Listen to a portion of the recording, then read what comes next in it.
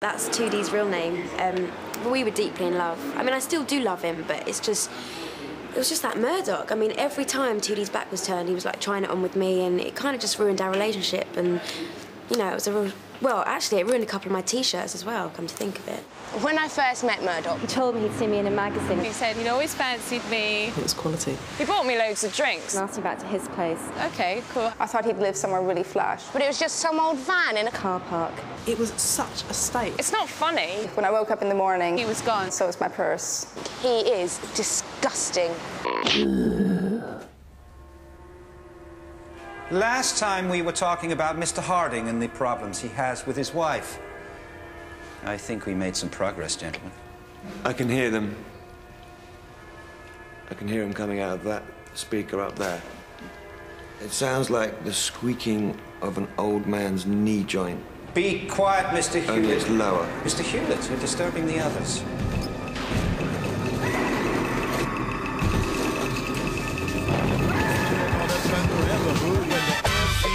And the DJ spin, I want y'all to just get down. Now while the MC rhyming and the DJ cutting, I want y'all to just get down. And when the MC rhyme and the DJ spin, I want y'all to just get down. Now while the MC rhyming and the DJ cutting, I want y'all to just get down. Tap your toes and clap your hands. Come on, trace the globe and shake your pants. Just twist your hip and do the dip. Come on, shake and make, do whatever it takes.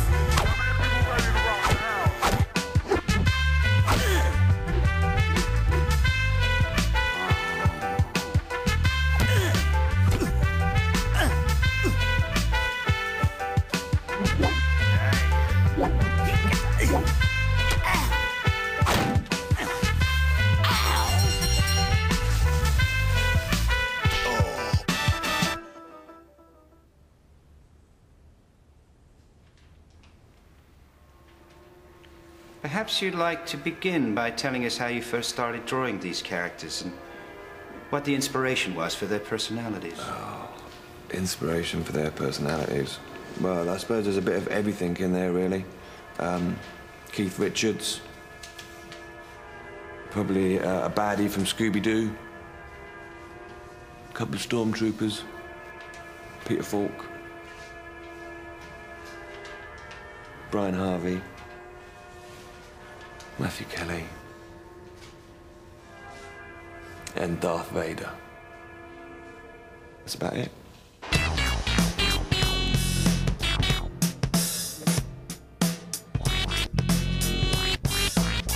These action figures, they're useless. My head doesn't wobble like that. Yeah, it does, D. Look. Russ, do it again.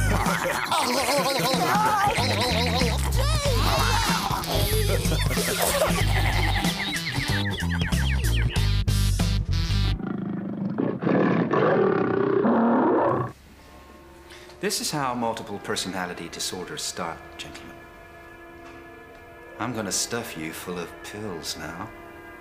そろそろお薬のお時間で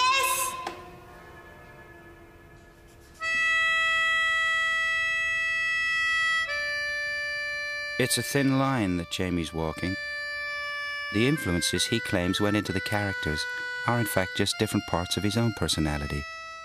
The other one just plays instruments randomly out of time.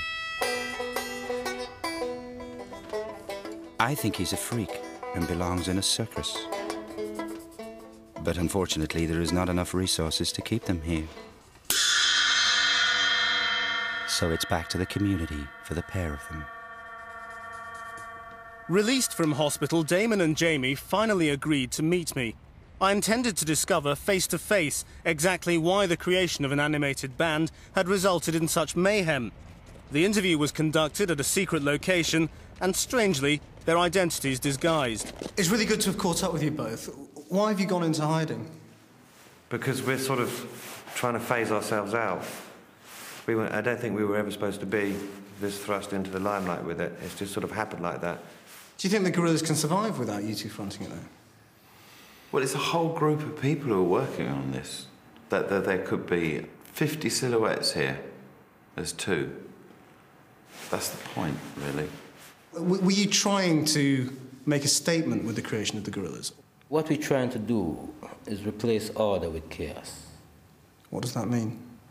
It means that I find delivery of misinformation to be as valid as the delivery of information. We feel like maybe we're giving a younger audience something cool to get into, instead of all the sort of rubbish that they have to listen to. But is the reality that has ended up being the Gorillaz what you envisaged? Or has it turned into something different? Well, for me, I think it's turned into a bit of a monster. I think, which is the reason why I'd like to sort of step back from it. It's sort of gotten out of control. And I think being silhouettes is the first step for us to phasing ourselves out of the picture. Next time we might be outlines, and then after that, we won't exist at all. We'll pull out. Well, good luck. I better let you go. Thank you.